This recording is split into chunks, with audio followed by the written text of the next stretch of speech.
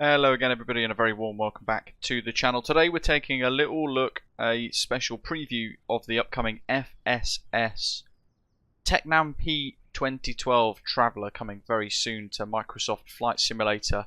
A weirdly designed looking aeroplane, an Italian aircraft, and used by numerous operators around the world including CapeAir. And we're going to dive in and have a little look, and I'll be sharing my thoughts throughout this video with you all watching. So share yours too down in the comments below. If you're new to the channel, welcome on board. Please do hit like and subscribe. FSS, of course, are the team behind the Embraer development, which has been a little bit controversial at times, a bit polarizing within the community, but they've also created previously the Tecnam P2006T that we had a little look at a little while ago, perhaps about a year ago now. Again, though, they've made leaps and bounds with the development of the aeroplane. It's really nice interior, as you guys can see, and small little things like the safety instructions card, which is animated, so you can effectively sit back during cruise perhaps and have a little look and immerse yourself in the cabin. Each seat, of course, having the safety card pullable. As you can see, the door is also animated, so we can lift it and close it accordingly. At the minute it's in the open position. We'll look at that in a little while. And moving up through the cabin to the flight deck. Quite a neat little flight deck, to be fair, as you guys can see. Lots of switches, dials, glass cockpits, and again, animated doors on both sides. There is also a paper checklist in the door area which you can tick, and it hides it over in the door pocket there. Good way to learn the aircraft. They've also included difference training via like a Wikipedia style page that you can take a little look at as you get to grips with the aircraft. Lots of tips and tricks in there. Exterior wise, as you guys can see, actually looks pretty good, doesn't it? This is the included drone camera exterior additional cameras. Really good texture work. A lot of different operators included here. There's about, I think, over 6 different liveries, including ZilAir from the Seychelles, amongst others.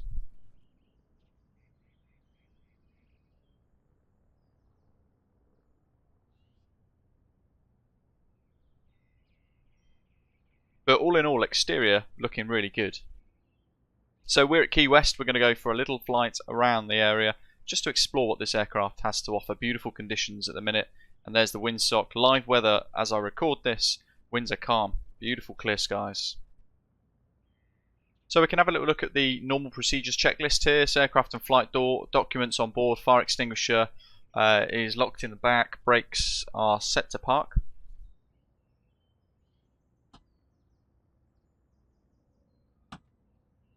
Tested and set to park. Circuit breakers in the overhead panel up here, they're all pullable. To give you guys that deeper simulation, they've got to obviously all be in.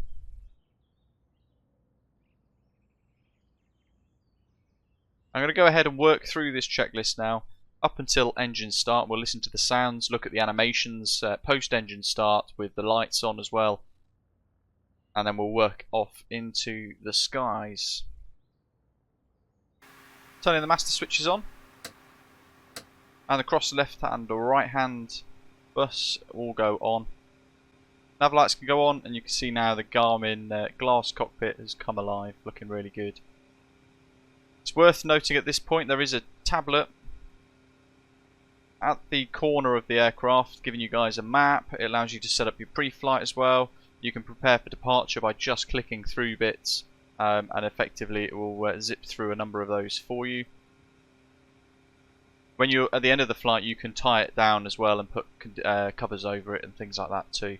You can go ahead and add in the fuel, tweak that, plus passenger loads, and change the options here as well. So you can connect to ground power, repair the brakes, deal with preheating in icy conditions as well, and you can also change the panel state, so you can choose which one, either cold and dark or ready to start, and then you press load and it will do that for you. Same with cabin type, you can switch between airline and cargo. And on release, this is a beta version, but on release there will be a mission hub here for you to use so that you can fly missions with the aircraft too. And, all important, Navigraph charts. So this requires, of course, a Navigraph subscription in order to activate, but you have the opportunity to get charts in here too. Once in, you can type in your airports, codes, and you can have a look at your charts. TOS system test. OK. Checking the flight controls. Make sure they're full and free. Parking brake we've already checked is set. Throttle levers, idle. Prop levers fully forwards. They already are. There's the throttle there. Nice and simple here. On my Honeycomb Bravo I've set throttle 1, my 737 type layout for throttle axis 1 and 2, and then throttle 2 on the Bravo the throttle is set to prop 1 and 2 axis. So it will give me simultaneous control over both. Circuit breakers all in, external lights on as required. Flaps set to take off at the animations. Doors closed, unlocks, first engine start. Prop areas clear, so clear left, round and right. Auxiliary fuel pump needs to go on. Verify the green arc, then off. Okay, so we've worked through all the checks. We're now going to put the ignition on, and then we're going to dive outside and watch the propeller begin to rotate. There's the nav lights. There we go. So nice quick start, and then looking at the engine instruments. Various different displays for us to look at and monitor here.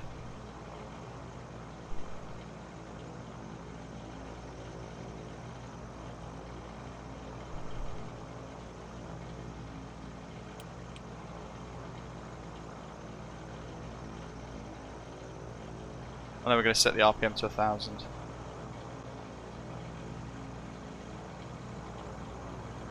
Or thereabouts. Same again for engine 2.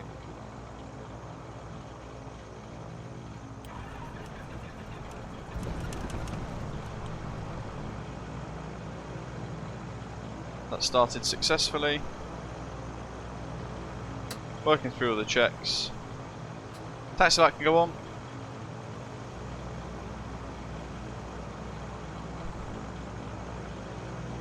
We're going to make sure we've set the autopilot panel ready for our departure. We'll just go to 2,000 feet. This has got a cruise of 10,000 feet, by the way.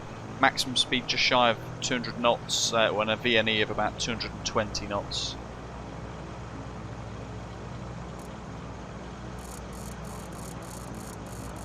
And we'll pop the course in line with the runway heading. 273.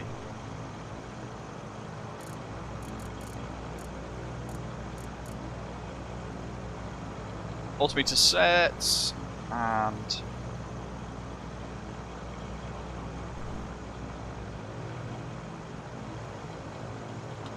brakes off.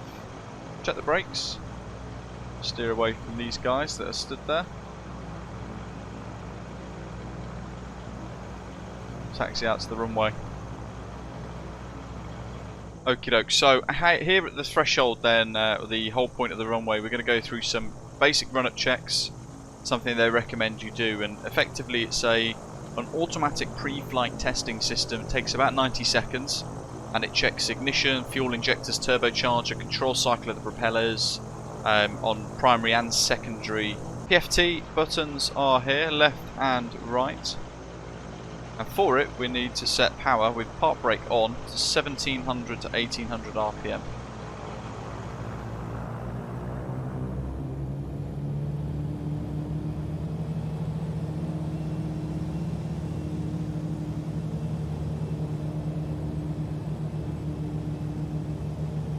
So 1730, and we simply check oil pressures and temperatures are in the green. They are.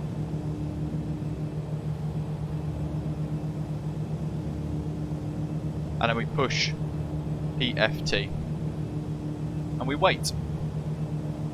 PFT annunciator is illuminated. You don't have to press both, you press one and it does both, as you can see here. and we don't press it again, it's going to work through our pre-flight checks for us. Once it's completed and it's happy, the PFT annunciator light here will go out. If we get either NTO PRI or NTO SEC annunciators illuminates there, then there's a condition that prevents flying that we need to investigate. While it's working through the PFC, we can have a little look here at our Garmin glass cockpit in a bit more detail. We can pop the transponder onto alt. We can change the code here if we want to. There you go, the lights are out. We can change the codes or just squawk VFR if we wish. You can change the CDI between lock 1, 2 and GPS, and you can also add on different options like wind bearing as well. Currently winds are calm, so there's no wind data. You can change to meters and flick here in this menu between inches of mercury and hectopascals depending on what part of the world you're flying around. So there's just a few options there for you. Once that's done, we can bring the throttles back to 1000.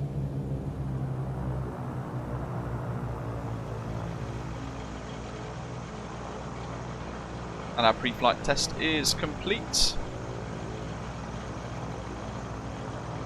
One of the things to bear in mind before we do depart, I can chat while we line up though, is positions of throttle levers and things like that. Let's pop the strobes and the landing lights on, and then we'll jump out as we chat to have a look at the emissives.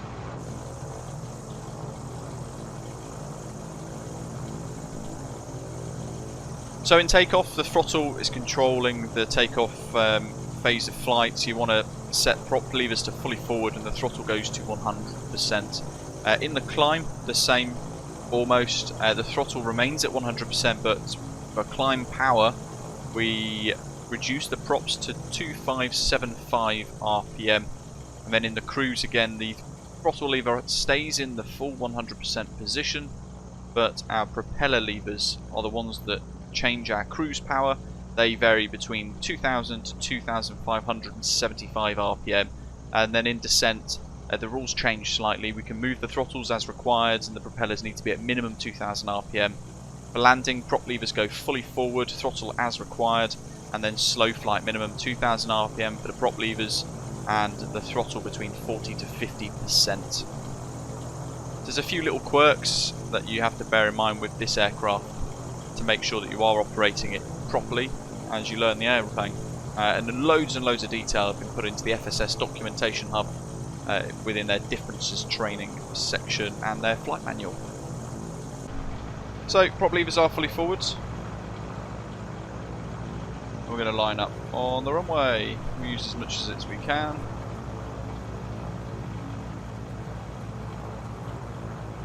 RPM, the aeroplane does want to kind of accelerate fairly rapidly, so you need to use a bit of brakes to sort yourself out.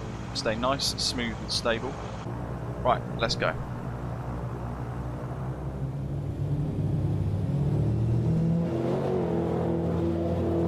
Oh, that noise! Acceleration's rapid, 60 knots. And we can begin to get airborne.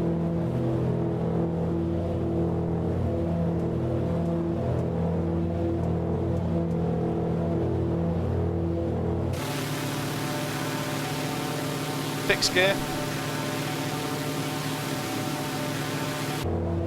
and then at the required speed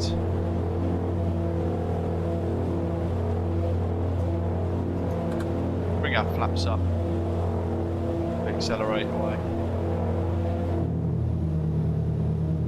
We can bring our propeller levers back a little bit to climb power. So RPM gauge on the right, we're in the middle of the screen, 2575 RPM.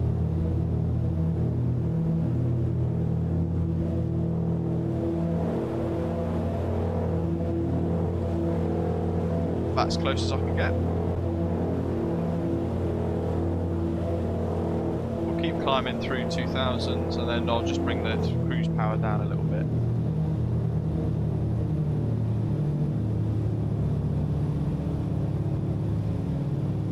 Listen to that pitch, wow.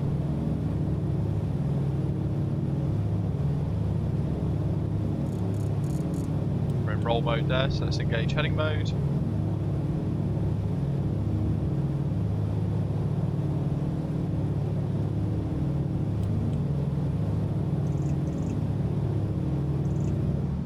Now, I know what you're all thinking, what about night time? Well, I've got that covered too. Here you are.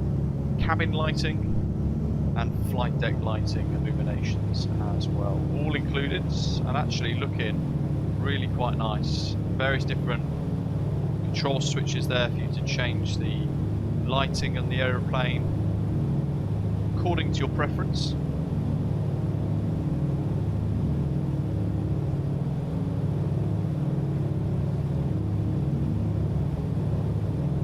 And a couple of map lights in the overhead panel as well.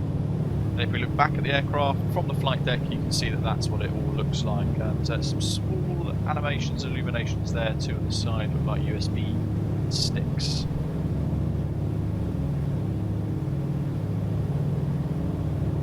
It's worth showing you another animation while we're here actually too, and that is the rear cargo door here at the back. It does slide and it has got animations with it, like so. And from the outside, it's a good time of day in the sim to actually look at some of the lighting.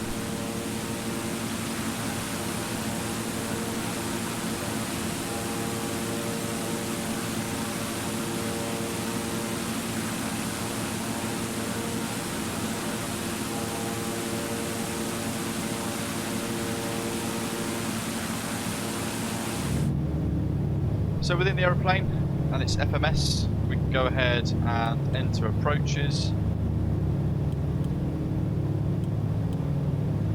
West International.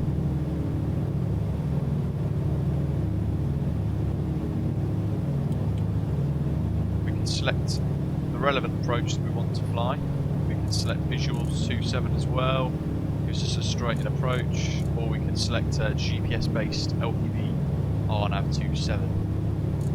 NDVA as well there too. We'll configure just for the visual approach 27 today, and a straight in approach like so. Minimums in here we can set Barrow, we can set that accordingly. So I'll set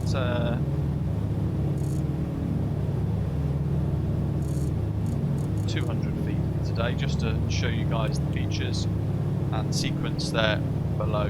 When we're ready we can scroll down to activate and hit enter. Obstacle clearance is not provided for visual approaches, that's fine. Enter, and now it's given us a guidance which we can go into nav mode for to get us on the approach. It's quite a nifty little feature. If you want to as well, you can change in cruise bank mode. That'll give you like a half bank. So in descent, as we discussed, throttle is as required. The descent propeller needs to be 2000 RPM.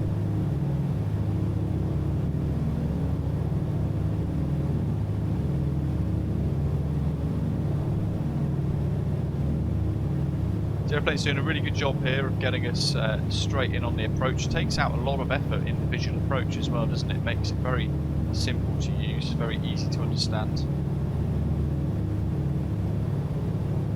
And actually, so far from what I've been able to tell with the aeroplane, it's quite impressive. We can flick the charts over to before landing checks, and we can work through all of those if we want to as well. So auxiliary fuel pumps need to go on, as we had before. Then flap extension, prop levers to fully forwards, making sure that we got those set for approach. And then a go around checks there. Pitch and power, flaps to take off, positive climb. Flaps up at a safe height, landing lights off, fuel pumps automatic, and then some after landing checks. So we're going to hold that vertical speed now in pitch mode, rotating the little knob over here, and then setting it in vertical speed.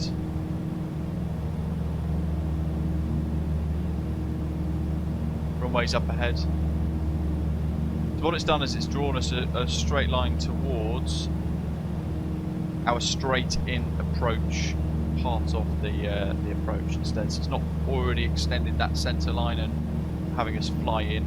It's already just getting us to that final approach phase.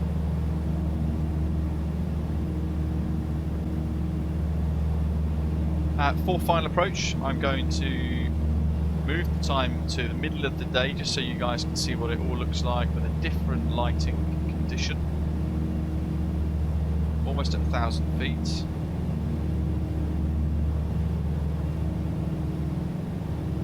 I'm going to prop bake the propeller all the way to fully forwards now.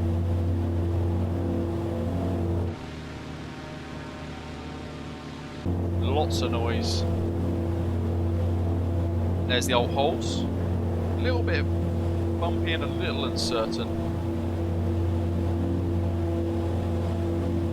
And I'm going to let the aeroplane take in our final approach turn here, as you guys can see. Okie dokie, so here we go. Bringing the power down, probably just fully forward into the white arc. I'm going to go to takeoff flaps. Landing flaps.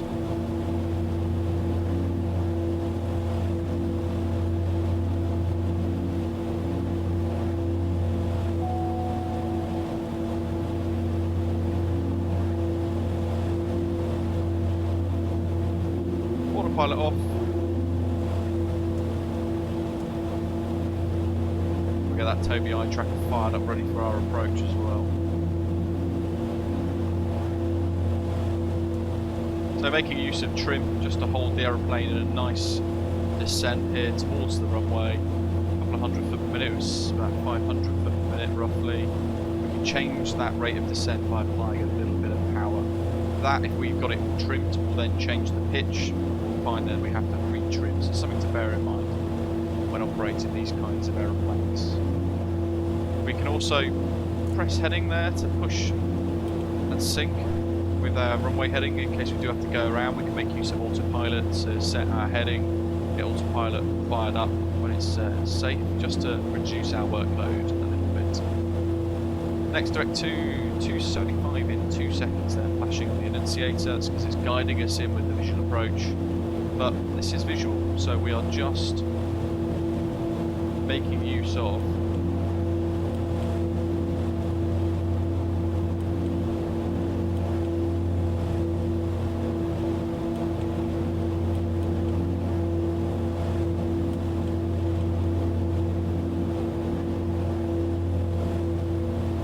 being a visual approach, purely just making use of our eyes.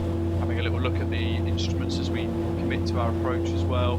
I do find the actual viewpoint of the aeroplane a little bit off, so I have to change it and make it look up a little bit more, because it's very focused on kind of looking down, which is what we don't want. It's a bit odd in that sense.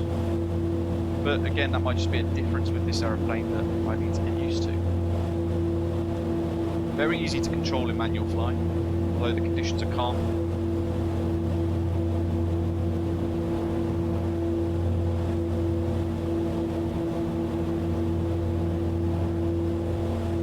Approaching minimums.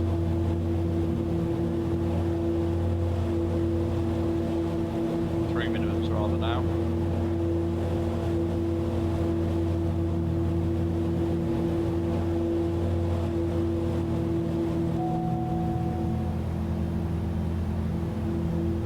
Ahead. Idle the throttle, just holding it off the runway to let it settle. Nice little touchdown. Just gently on the brakes to help the aeroplane decelerate.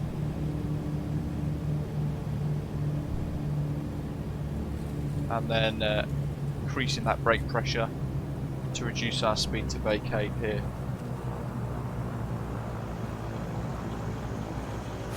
From the outside then. Little flat on the touchdown. There's our deceleration.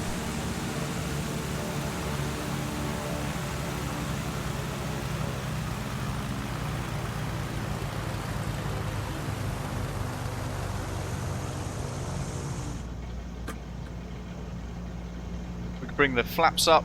Nice quick retraction of those. We can vacate off the runway, taxi back and shut down. So this here is the default view. Just turn the flight director off there. That's what I mean about it being incredibly eyes down, which is not comfortable whatsoever. I would very much like to see that being the actual viewpoint, which is what I was trying to achieve throughout the approach, just to make it a bit better, because that is almost impossible to actually approach with, isn't it? Certainly on a visual approach. So again, there's little weird things like that I think they need to change. But otherwise, actually quite a fun little aeroplane to fly. Something I think lots of people will enjoy, to be fair. Share your thoughts down in the comments below. Let me know what you guys think of this aircraft. The Tecnam P2012 Traveller by FSS. It's going to be available on Contrail when it does get released. I don't currently know of any price that they're looking to achieve, so we'll have to wait and see for that. Let's get the engines shut down, and then we'll end our flight. So,